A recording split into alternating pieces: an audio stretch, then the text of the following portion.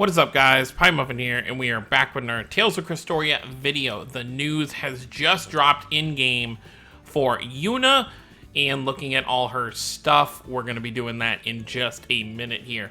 I want to quickly say thank you for everyone who commented. I didn't really pay attention when they did the character trailers that they showed off what the types were, so I was wrong. She's not Earth, she's Wind, despite the fact that her Mystic Art literally looks like it could be Earth.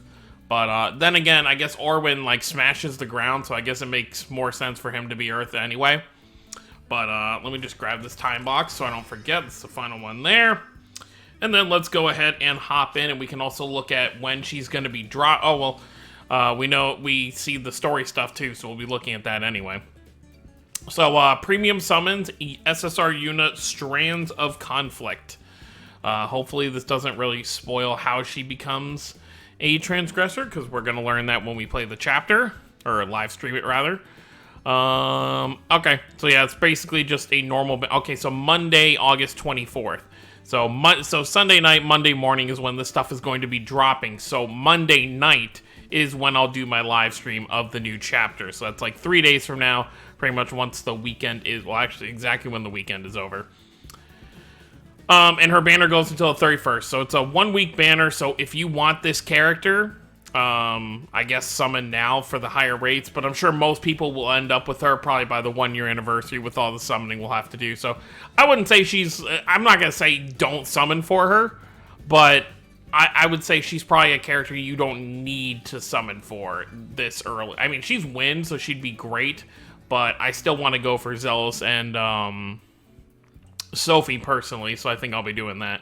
Anyways, let's take a look here. So, her Memoria Stone is 16,000 HP, which is one of the higher Memoria Stones we've seen lately. 650 attack, which is one of the weaker attacking stones we've seen lately. And 1250 defense. Okay, so she's definitely a more defensive unit, especially since her Memoria skill grants an evasion rate when it's maxed out as 20%. And then let's go ahead and look at... Oh yeah, she's definitely not an attacking unit whatsoever. You can just tell by looking at her. Even max limit broken, level 100, by herself, she only has 1950 attack. So she is... I don't need her. I'm just going to say that right now. I'm looking for more balanced wind units right now. So definitely YUNA. YUNA's definitely for one of those kind of longer fights. So you just want to keep her out there so she doesn't die, which is great. But I already have plenty of defensive units, so I'm not looking for a defensive unit right now. So 31,000 HP, 1950 attack, and 3,000 defense. So when you add all the stuff from the Memoria, she's pretty much at 2,600 attack, 4,250 defense, and then, what is that, 47,000 HP, so that's pretty good. Plus you can add on any, you can add in all the adornments, to probably break that off even more. Serpentine Storm is her Mystic Art, which we've seen before the game came out, which is 350% attack. It's a 9-hit attack against one enemy. 350% is pretty good. The only downside, obviously, being that she's kind of weak, so it's probably not going to hit that hard. By the way, let's talk about her skill real quick before I keep moving on. Once you have max dupes in her, 6% defense to all allies, and 16% attack to wind allies at 20 hits. So you get stronger once you're above that 20-hit threshold. Her first art is Crossweave, which has additional effect, 100% chance to decrease it. Okay, so she's a debuffer as well. Okay, to decrease attack by one enemy by 10% for 2 turns, and the attack for that is 130%. It's a 2-hit attack. And then she has Thunderbolt Stitch, which is 160% attack, 8 hits, 1 enemy. And the additional effect for that is the same thing as the first one, just defense instead of attack. So she's definitely a kind of defensive debuffer, for sure. So she's not that bad of a unit. She's not bad. But definitely not someone I really want to go for right now. I still think getting someone like Zelos, a more balanced wind unit, will serve me much better. So I think I'll do like another multi or 2 before Zealous goes away. And this is probably the end of Chapter 5. I can't expect that there would be a Part 3 for Chapter 5, especially since they're giving us her as a character now. I have to be very careful looking at this. I don't want to be spoiled on what happens, but it's called A Tale of Unshakable Friendship. Okay. Okay, so it looks like Patty and Chat are going to be showing up again. Despite the fact that Patty and Chat hadn't met before. So that's pretty cool. It looks like Vicious is finally going to come back. Extra rewards for playing. Oh, yeah, so you can clear the missions while they're available to receive up to 500 Gleam Stones. So you get the 500 from completing the missions, as well as everything you're going to be able to get from here. Along with the new main story chapter, we're also adding character episodes. Oh, okay, character episodes, right. Characters with episodes.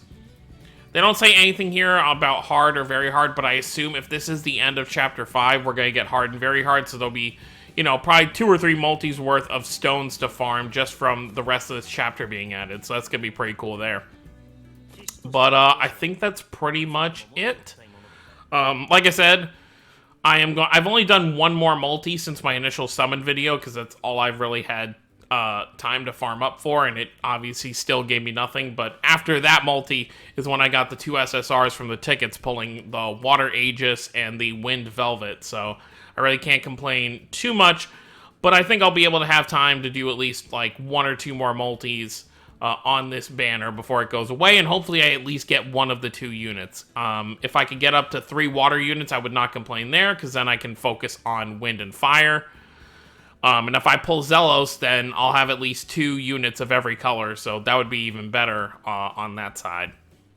Because if the next couple banners, you know, if anything, if it's light, dark, or earth, I'm skipping.